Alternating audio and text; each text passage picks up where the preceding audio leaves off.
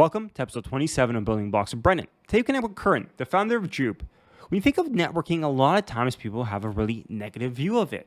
It's a lot of people standing in a room and not much actual networking is getting done because the conversations you're having are very shallow. And Karan realized that as well. He knew that for business leaders or business professionals or even entrepreneurs to share their knowledge, a networking event wasn't really conducive to those conversations. After reading a book, he realized that having a dinner would be a great way for like-minded individuals to share ideas, but also to host a forum, to host a networking event that actually brought more value.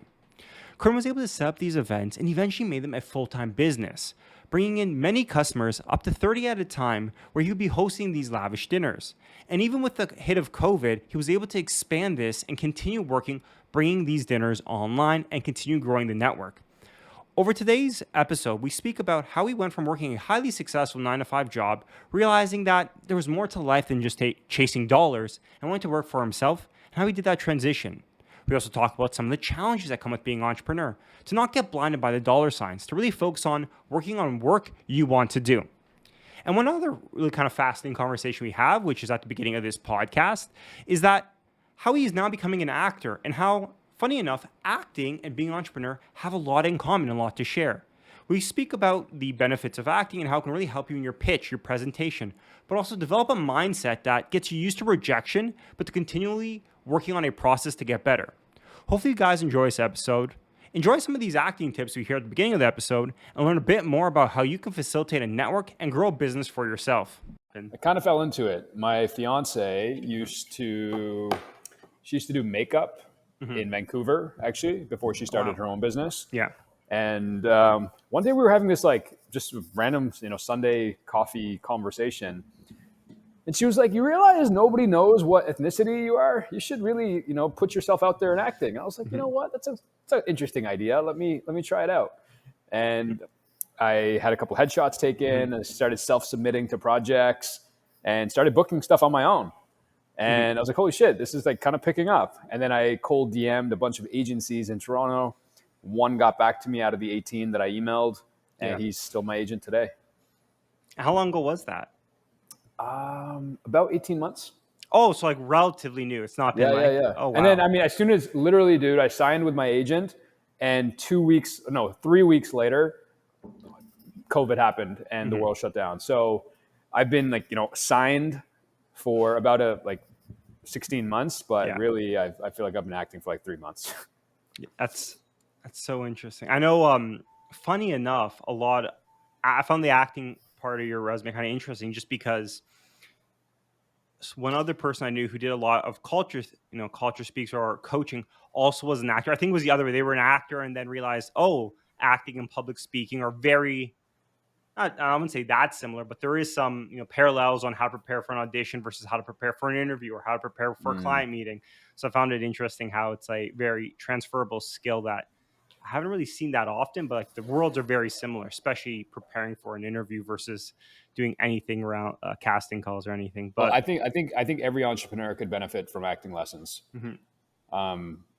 Teaches you how to be present, shows you how to display empathy, shows you how to respond and not react. And I can tell you I've become a better business owner because of acting. And I can tell you I've become a better partner to my fiance because of acting. I've been a better service provider to my clients because of acting. I've been a better brother because of acting. And it sounds odd. They're like, why would you put so much weight into acting? It just teaches you a different skill set, man. And I mean, shit, can I curse on your podcast? Yeah. Okay. Because 90, I get rejected 90% of my day when it comes to acting. And that is a good metric in the acting space. Is if you're booking 10% of your jobs, you're on track. That is a good KPI. So for me, I've been looking at my numbers. I'm like, yeah, wow. July I booked 10%. And I looked at August. I was like, wow, in August I booked 14%. So it's crazy because it's a very rejection heavy industry. And yet I can't get enough of it. It's this weird dichotomy of why would you keep going back to something that keeps telling you you didn't get the part, you didn't get the job? There's something about it, man. And I obviously haven't given up yet. Yeah, no, I know. I had a few friends and family who got into the acting world. It's one of those things I think is once you have a little bit, similar to working out. I know you talk about fitness a bit, is that like once you see some progress or some success, it gets so addicting because it's not guaranteed you'll get any role. When you do, it's like that 10% is like enough to keep you going, but not enough where you get, it always humbles you. And I mean, I guess it's similar with sales where like your rejection rate in any, even tech sales is so high, but the wins are so much stronger because of that. But Well, man, I once heard someone say that the job of an audition is not to get the part. The job of an audition is to display your best work. Like getting the audition is the job. That is the journey. That is the process. So now the fact that I even get TV interviews or TV auditions, even a one-liner in a Netflix movie or a CBC show, the fact that I got the audition should be a bigger celebration than I make it out to be. yeah. Like sitting here, like 3 minutes ago, I get an email saying I have an audition for a TV show. I've never booked a TV show. I'm super excited about this audition, but I already know that. I'm like, wow, that means I'm in the ring. I'm doing it. This is what I signed up for. I'm doing it. So once I've sent it off to casting and the directors, I've completely detached myself from the outcome, which is huge in sales. Not feeling like you need the outcome. Yeah. I mean, similar to like tracking what you can control. I mean, I don't know if you can control what auditions you get really, but it's the idea of, especially in sales, is where you don't really start tracking how many demos you get or how many sales you close. It's okay, how many calls did I make today? Okay, I've done my 100 calls. If I can keep up to that, I know down the pipe it'll work. And then eventually is okay, how many demos have I booked? Getting the demos the win. And then eventually you kind of work your way till you can control the whole funnel. So it's exactly. Even though I had thought there were, obviously some connections with acting and business, how you broke it down is very parallel. I do think entrepreneurs in general, because especially now with raising, how important the pitch is and the presentation is I would always say a lot of times undervalued. People don't realize how important it is to be able to speak in front of people and how much, even if your numbers are correct, telling the story is so important. So even when I was doing my master's, even though it was like an MBA, very business focused, we spent a lot of time on how to pitch. We had even a class on like a day on how to dress. Just like a stylist came in, said, okay, wear this, don't wear this. This is how you want to dress. This is consistent. All these little things that maybe are that 5-10% add up to a lot when you kind of combine them all together. But such a fascinating story. But yeah, I guess to start off more formally. So, Karan, you worked in your past, you've worked a 9 to 5, and then kind of became an entrepreneur throughout, is it 2019 with Jube? So were you always wanting to be an entrepreneur as a child? Did you have your own startups on the side as a kid and then eventually decided to make a switch? Or how that whole journey initially start for you? Yeah, dude, it started in grade 12. I never actually had a side hustle. I never had a business. My dad was always a business owner. My grandpa in India, ran his own auto body shop. So he was kind of entrepreneurial in that sense. But in grade 12, they were coming, the teachers were coming from university, like career development day. So what do you want to do in university? Like, what do you want to take? And I was like, I don't know, business. And they're like, why? I'm like, I don't know, because I want to make money. And that was really it. And I did Bachelor of Commerce. I did my 5 years and did my work terms, and the corporate stuff was great. It, taught you so much. But the moment I bought my first digital product, like I bought a course for $1,000 back in 2015 that was going to teach me how to make $1,000. And I was like, wow, you mean I can create any business I want online and people will just pay me digitally? How does that make sense? So I waited till the absolute deadline. This cart closed at 59 p.m. on a Sunday night, and I bought this thing, and it was $1,000. I was like, holy shit, I've never invested so much money before in personal development.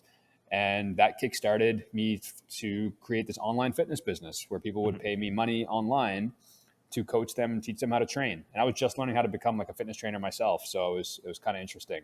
But I've always had a side hustle ever since I got my first corporate job. I've always had a side hustle. I always look for ways to monetize my fun or my passion or my hobbies on the side. And then eventually it just, got to a point 5 years later of side hustles where I got hired for my side hustle while being employed at a 9 to 5. So I took vacation from my 9 to 5 to go to this event to fulfill my side hustle duties. And it was at that event I heard the most transformative words that my ears could ever hear. And the words were, if not now, when? And I resigned within 24 hours Oh, wow. of hearing those words. Yeah. And you might just be like, what do you mean? If not now, when? That's not even that powerful. Fair. To me, I guess I was at a point in my life where all I needed to hear was those words, if not now, when? And it just, those words like hit me like a freight train. It completely shattered my worldview at the time. And I was like, yeah, you know what? You're right. Like, how long have I been putting off this decision? Is it clearly it's not the money, because I left one 9 to 5 to go to another 9 to 5 that paid me exactly double my base. And I was still miserable. Yeah. So eventually I got to a point where I was like, oh my God, you know what, dude? When I first hit my first 6 figures, life is going to be crazy. I'm going to be rich. And sure, the money was awesome. When you first make 6 figures for the first time, you're like, holy shit, this is cool. But if you truly dread going into work every single day, then there's no amount of money, in my opinion, that could keep you going. Yeah. And I mean, that's so true. I think, if now, not when.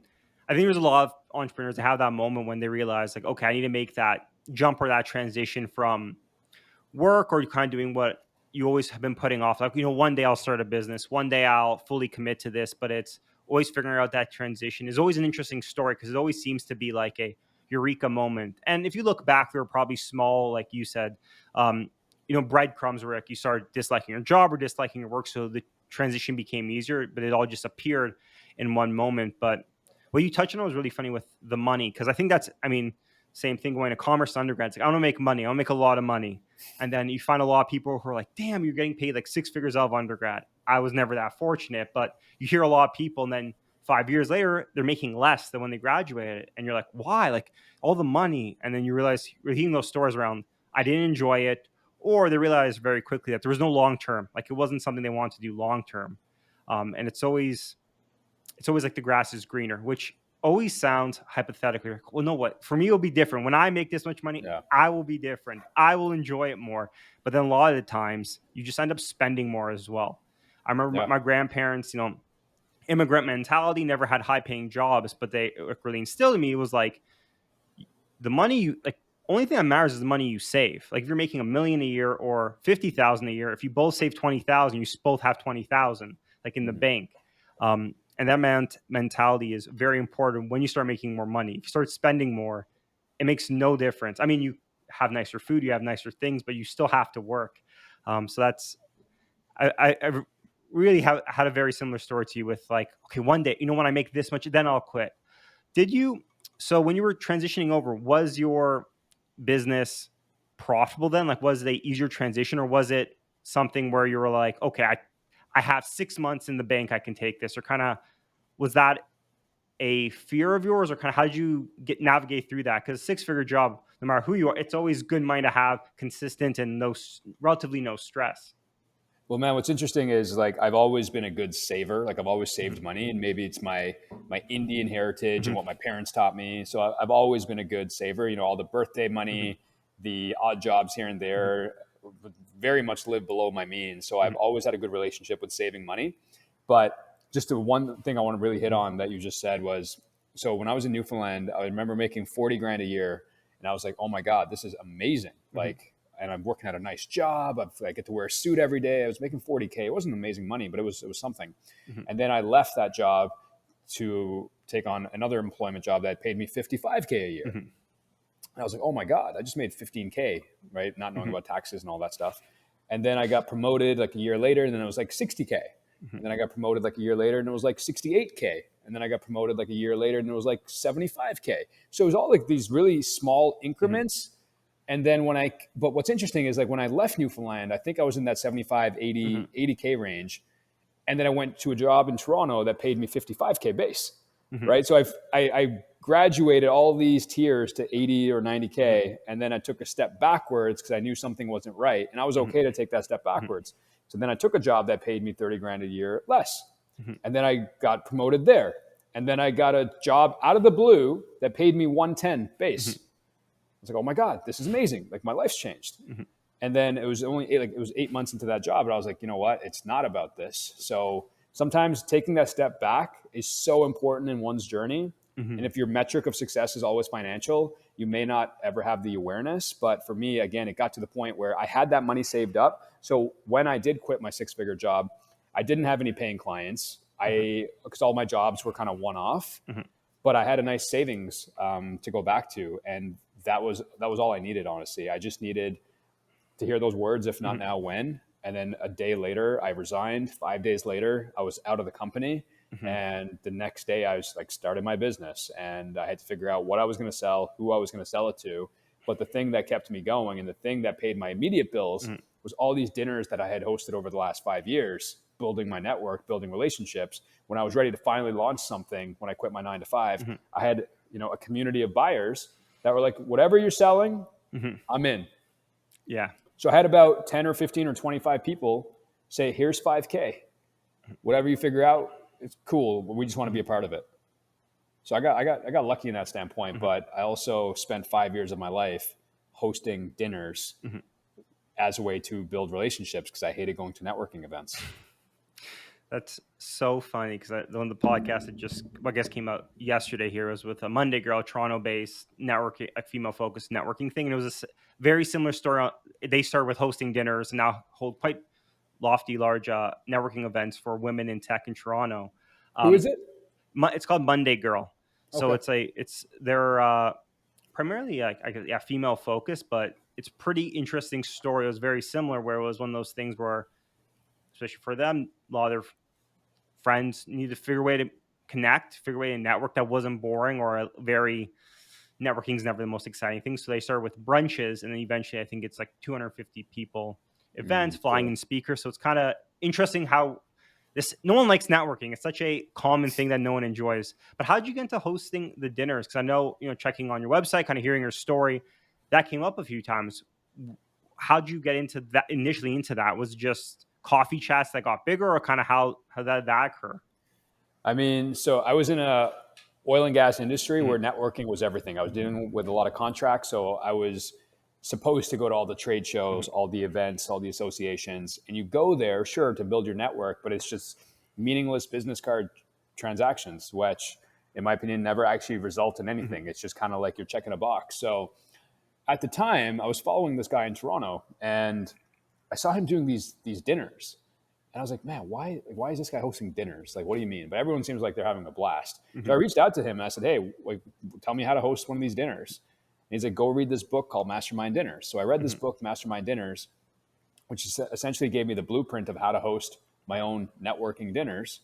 And one by one, I just started hosting these invite-only dinners where people were not allowed to pitch and they were not allowed to bring their business cards.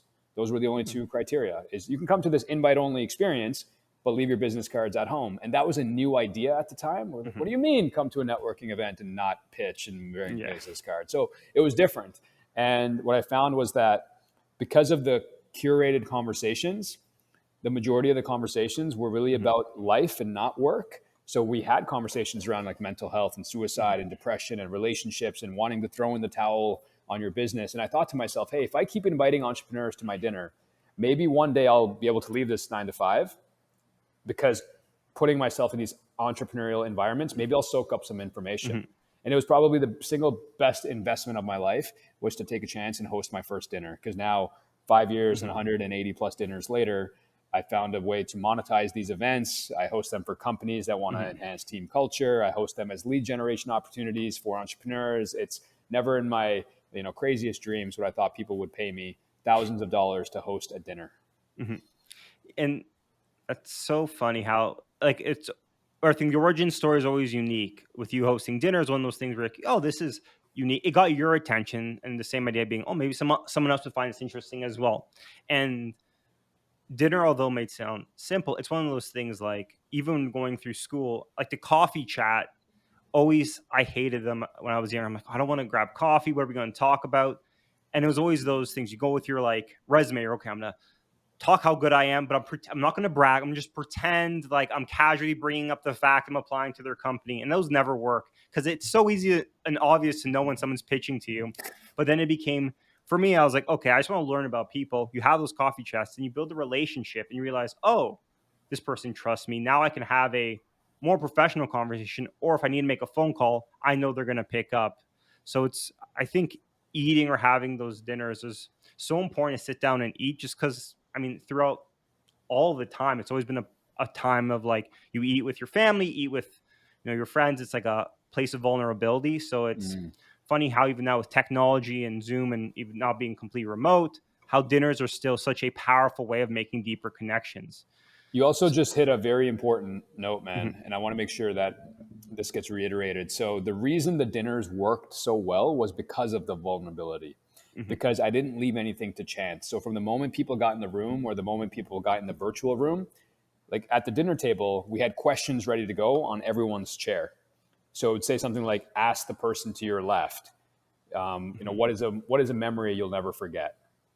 And then the next question might be, what's something that happened to you in grade 6 that changed the Mhm. rest of your life? So we'd have these very deep conversation cards Mhm. at the dinner table. So people wouldn't ask, what do you do? What do you do? Hey, have any vacation plans? Like the basic stuff Mhm. that we talk about when we meet someone new.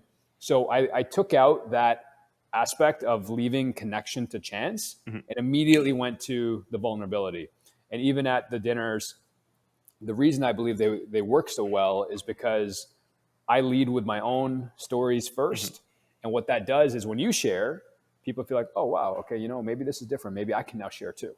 So Yeah. I always lead with my own vulnerable character flaws Mhm. first. And when I'm able to share that, people are like, oh, okay, you know what? If Karan is displaying this, then maybe it's okay for me to talk about some stuff that maybe I've suppressed for Mhm. years. And people have called these dinners therapy. They've called them, Mhm. you know, every word in the book. But networking. Yeah.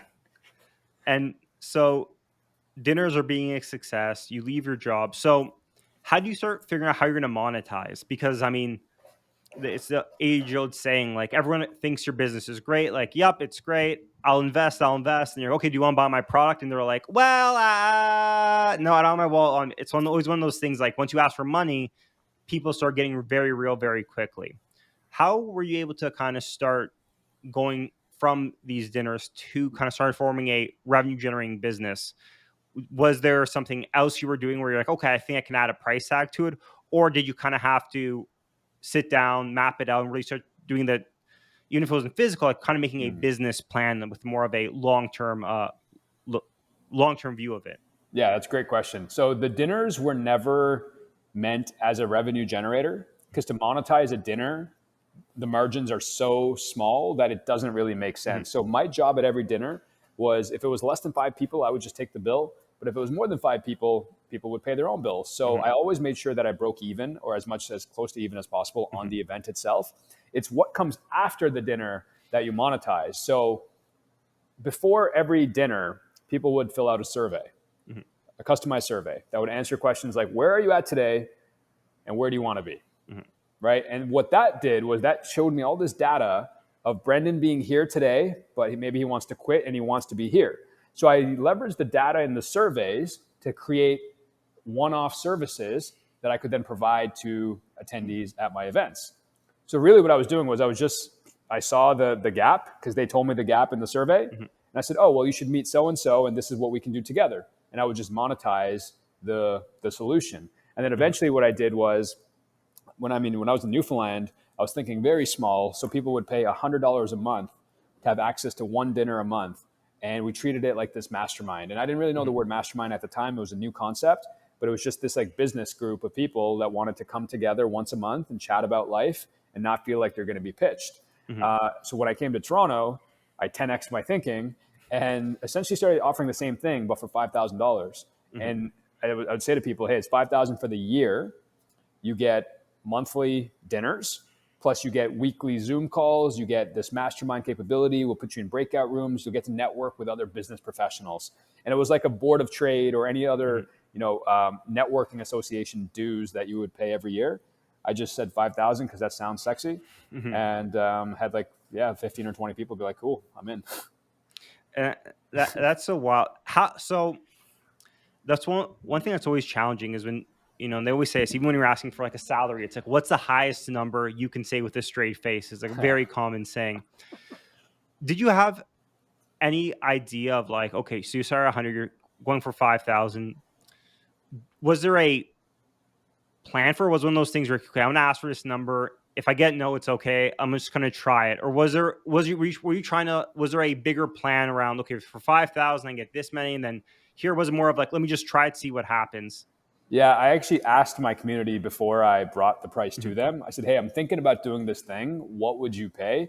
And the numbers I got were less than 5,000. They were like more in the 2,500 range. Mm-hmm. So how I positioned it was cool. The first 10 people get it at 2,500, and then for every 10 people that join, the price goes up 2,500.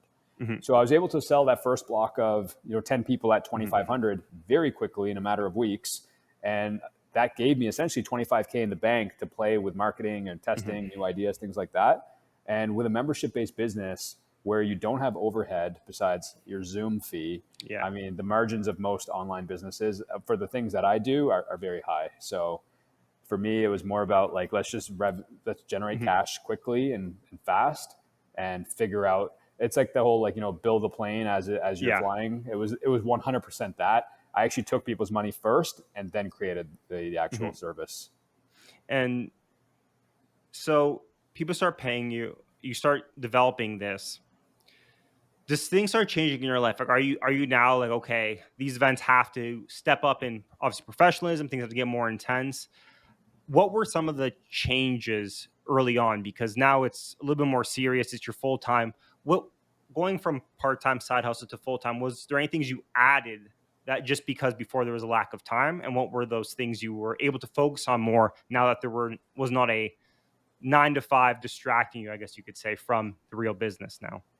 Yeah, that's a really good question, man. I think what the nine to five does is that it keeps you playing at a certain level Mhm. because you're constrained, and I was constrained for the 9 to 5. So it always forced me just to do dinners because that's all I knew. That's all I had time to do. Technically, after my 9 to 5, I would go and host a dinner, right? So I couldn't Yeah. do other things. I couldn't do 1 day events, 2 day conferences. I just couldn't.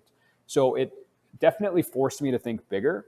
And when people are paying you $2,500 to $5,000 for a year, you as a business owner, you want to step up for Mhm. people, right? When they're giving you that kind of money, you feel obligated to up your game. So that's what allowed me to do, my first 3 day event in Toronto, where it was like speakers came in, and I tried to make it like this mini conference. Mhm. It forced me to do retreats like in Arizona to get outside of my comfort zone. I have Mhm. another retreat coming up in Mexico. So when you level up as a business owner, you can't just do another dinner because now people are Mhm. like, they're like, what else you got? So you're always kind of elevating that next experience. But again, the one thing that's been very consistent ever since I've started my own business is surveying my audience and leveraging that information Mhm. to create the next experience. And that's so important. I think it's I mean, people are aware of it, but understanding that if you can develop your own market or even your own brand, like you were saying, your own network, getting feedback from your customers is so important. And it sounds so simple. Everyone knows they do it, but it's so rare that businesses or individuals are actually doing it because they're like, oh, I only have 50 people. What? That's not enough. I've heard surveys of 1 million, but Mm. if it's 50 paying customers, like they're your best source of truth. They're giving you money. They believe in you for a reason, no matter how relatively small it is. There's always value in getting at least a temperature test on what the current state is. Did you? Well, I'll tell Mhm. you this, man. Just one sec. Like, I'll tell you this from a B2B standpoint. So when I host these dinners for companies, Yeah. they do them for one of two audiences. They either do it for their current clients and their prospects for lead generation and nurture and relationship Mhm. building, or they do it for their internal teams to bring their teams closer together. Now, my clients have used the data from their surveys to add an extra $2 million a year to their revenue based on survey responses that they're like, oh, we didn't know that client account was about to leave. Let's Mhm. make sure. So, like, there's so much data here. And the other side of the coin is when I host this for internal company culture, a lot of the managers I speak to, they get really nervous when I say, hey, we're about to give your team the free reins on giving you open feedback. Mhm. And I literally had a conversation like a week ago today of an event that I'm about to do. And I was like, so you guys want to do a survey, right? And he was like, man, I'm pretty nervous about the results. I'm like, yeah, but you did an event last year and you really needed to hear some of that stuff from your team, didn't you? And he was like, yeah, I Mhm. did. So it's like a catch-22 of like, you should be doing it. It's not sexy to do a Mhm. survey, but that it produces insane amounts of data that you can leverage to fuel your company to like insane levels. Mhm. It's just not sexy. Like that's the thing. It's like it's hard to fill out a sexy survey. It's so true, and I think when it's one of those things where no one really wants to always hear the truth. Everyone wants to hear the kind of the truth, but never the truth. So if you know something's going wrong, it's Yeah. better to say, okay, if I know it's a problem, I have to fix it. And I've worked for small startups and massive organizations as well. And it's funny is depending on the role of some people, it's like if I hear about it, I have to fix it. So I'm just going to wait till down the line someone else's problem. And if you're at that stage, things are already falling off. It's always better. I've read a lot of books within healthcare, and it's the same thing where like preventative is way better for anything in life. Like working out, much healthier, going to the doctor, better to prevent for preventative measures.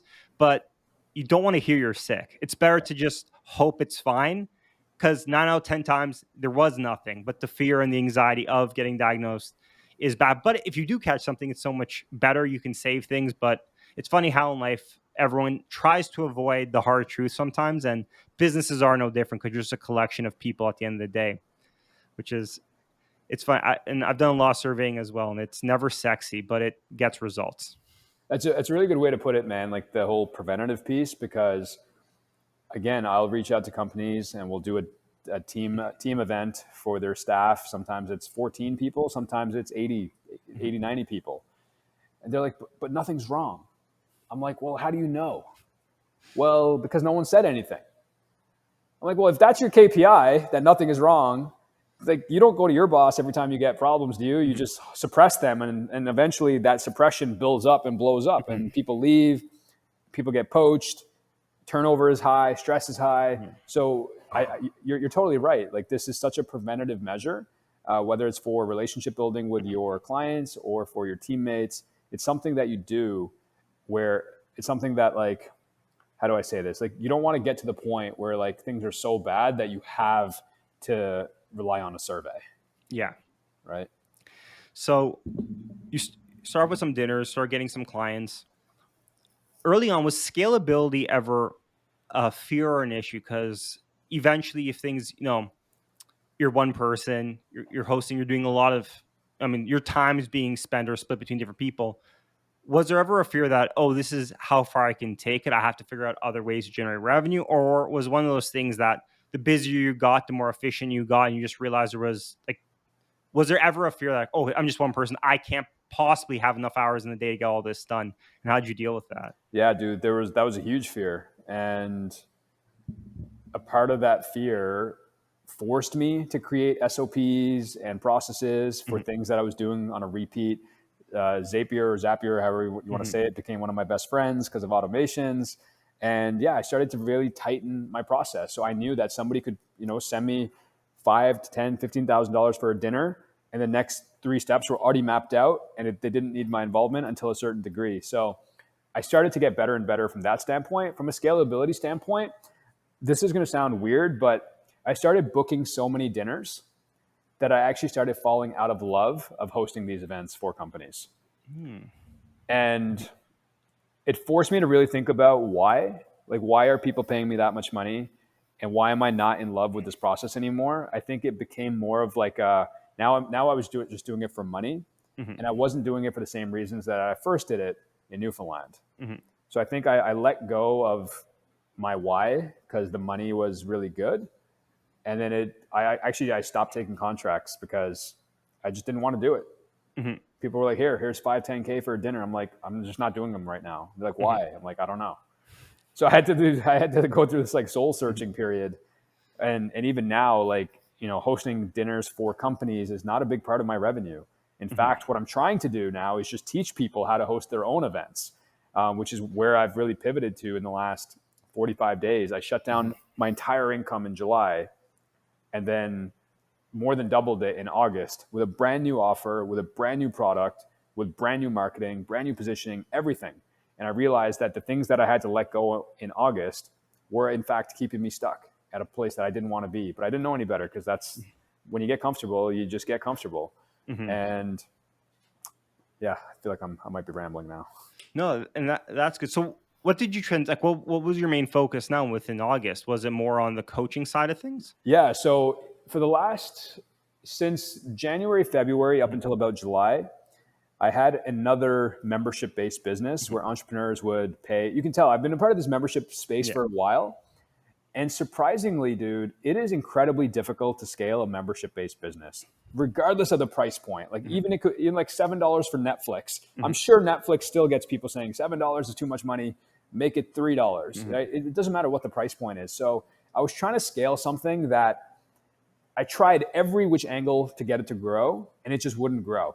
It just plateaued on this number of, I had 30 members, and then I'd get like 33, and then 2 or 3 would leave, and then I'd get like 31, and I'd get down to 29, and then I'd get like 35, but it never like popped for me. And for the price that people were paying, not a lot of money, a couple $100 a month, and the revenue it was generating for the headaches that it created was a very big gap. I was not happy. I was servicing like 35 clients by myself and not making good revenue. And I had to ask myself, am I really doing this because I want a membership-based business, or do I just feel stuck? And the answer was I just felt stuck. So once I made that decision, again, when I make a decision, as you know, I just kind of go. Yeah. Within 7 days, I told the members that I was shutting down this entire group at the end of July. 2 weeks later, it was gone. And in August, I said, who do I actually love to work with? Which really just new entrepreneurs or people that are just starting out. What do I love to help them do? Teach them how to host their own events, and created this very premium service coaching product, which sold incredibly well in August. So I feel very aligned now. I didn't feel very aligned in July, and how I'm showing up for my clients. I can tell you that it's the most invested I've ever been in my client success, and I wasn't always that way. Oh, interesting. Yeah. And I mean, your story is very consistent with like, once once there's money involved, a lot of hobbies feel like jobs. And it's the same thing where you're like, you get, I would say blinded by the money, but it's hard to, especially being an entrepreneur, having your own business, is turning down money people want to give you is so difficult. And people always say when they start like, oh no, don't worry, I'm always going to stick to this. I'm only going to build the products I want to build. But then it gets hard when you have to pay the bills, and it's the same thing. And now you're able to realign and kind of focus more on what you want to do is so important, not only for you as an individual and like your mental health and physical health being kind of excited to start on the Monday, but also for your clients on the other end getting your full attention. Did COVID change anything? I know, this part is more 45 days, but events in general tend to be very in-person focused, even though you do them online. Was that a big shift in your business model or how you did your business, or did it really stay consistent because it was primarily online initially? Man, it was not online initially at all. It was completely in person. So when I figured in February, at the end of February, when COVID restrictions came into place and everything got shut down, I had like this one day of like utter panic of, wow, I just lost all my revenue. And then I just thought to myself, hey, what if I just tried to replicate this experience on Zoom? I didn't even know that you could share music on Zoom and create breakout rooms. All these were new features. And I hosted my first virtual dinner with 7 people with breakout rooms and music and food. And it was a really good experience. Like the thing is that like the dinners have never been about the food. They have never been about the restaurant. They've always been about the conversation. Consistently, always about the conversation. And I could replicate that over Zoom. So when I brought people together virtually, I could have more people. I started tapping into an audience that wasn't just in my city of Toronto, right? Because people would drive in from like Mississauga and Brampton for these dinners. And now I started having people from like Toronto and Vancouver and Newfoundland and the US and Europe all in the same virtual dinner. So then one dinner turned into 2, turned into, okay, let me try this with 30 people. Okay, let me try this with 100 people. And I just kept doing them. And then honestly, I went to a company and I was like, hey, would you want to do a virtual dinner for your team? They're like, what's a virtual dinner? I'm like, that's a great question. Well, we do this. And I was so petrified, but I had to sell my first virtual dinner as if I had done hundreds before. Yeah. So I went in with that confidence. And I remember my first virtual dinner. I know exactly the company. And I know, I think they gave me like $2,500. And I was like, wow, that's a lot of money. Are you sure you want to give me this much money?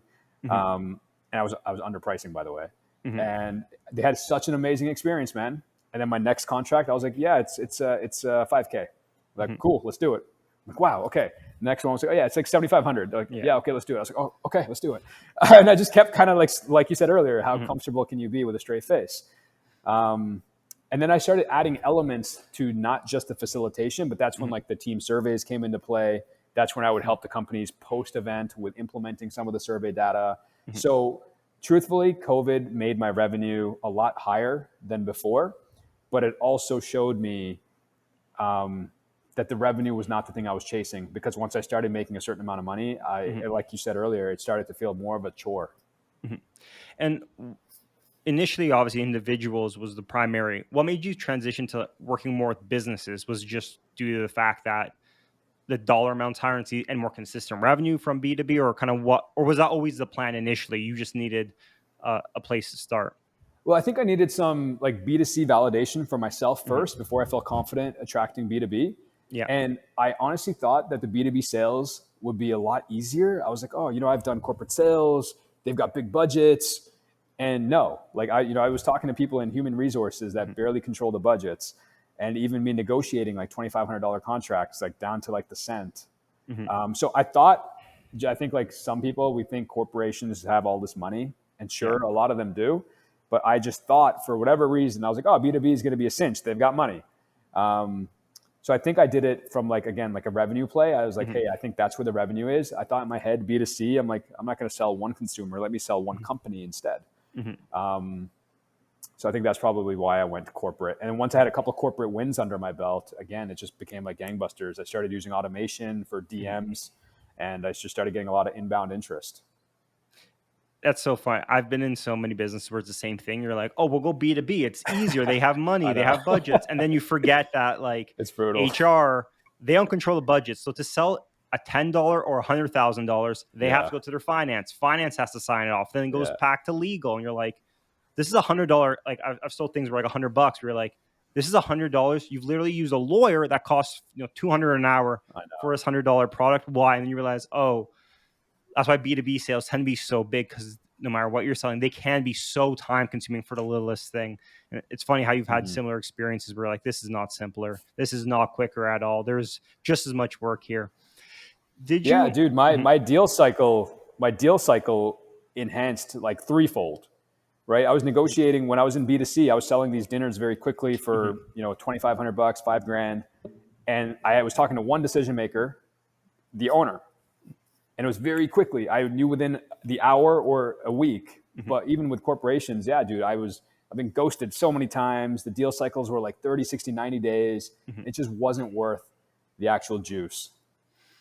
It's always, I mean, that's the like hardest thing I learned in B2B sales was that who you're selling to may not be the decision maker and may not be the user. And that doesn't sound like it's important. It is so important if you're not talking to the decision maker, because no matter how excited they are, if they don't control the budget, you're never getting the deal. And the sales cycles, you would always hear like, okay, like if someone can pay like the 210 net 30, someone can pay you right away, I'll give them a discount. I'm like, why would any business do that until you work with anything with like follow up on payments? You're like, if I get it today, I will take half. I just need the cash. It's so hard to keep following up. It's dude, such an interesting I landed some pretty like sizable contracts, which I had to say the price with a straight face, and they said yes. But I also had to, in many cases, deliver all the goods first, and I got paid weeks later, which I was not used to doing anymore. Right? We used to B2C, quick sales. It would be in my bank account before I ever stepped foot and did service. Yeah. But yeah, there's one company in particular. I trained their entire sales team over the course of a week, and it was like hours and hours of prep for this job, and I got paid like 3 weeks later because they were on like net 30, like you said. And I was just like, wow, this is not worth it. It's so funny how you learn very quickly how like the money markets work and how payments make such a big difference. Oh yeah. One thing that is interesting with kind of the work you do is that you're like the face, you're the individual. It's not really you're kind of the product, I guess you could say. How do you stay? I was trying to make a tech joke, like without any bugs, but how do you stay with it? Like, is fitness a big part of your day? Is like mental health component? Because you have to be performing 100% to really give 100%. How do you make sure you're always trending at the right frequency? Yeah, man, great question. And kind of how I operate now is when somebody invests in a program or service with me, they get access to assets, right? They get access to video content. They get access to training. So I'm really trying to go a little bit more hands off and do a lot less one-on-one. But I take so many personal days where I just decide, hey, I'm not going to work today because I'm not feeling it. I'm not feeling in the zone. I cancel a ton of meetings all the time because nothing is more important than how I'm feeling. I work out every day, or at least try to get, 5,000 steps in if something. I try to read, I try to meditate. So I do all the things.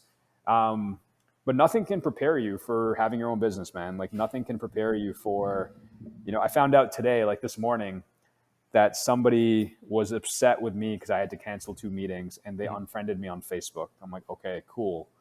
Like, and it's like the smallest of things, but then that seeps into the rest of your day. Yeah. So I'm on this podcast having an amazing conversation. And I'm thinking about this guy who unfriended me on Facebook because I had to cancel 2 meetings because of acting. Mm-hmm.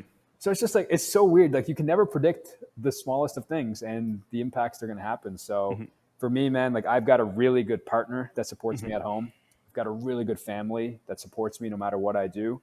My friend circle has gotten incredibly small. In fact, I've cut out so many friends, not because I wanted to, but because we just weren't chasing the same things. Yeah. And we were just very misaligned. And I'm very content with just like spending a lot of alone time.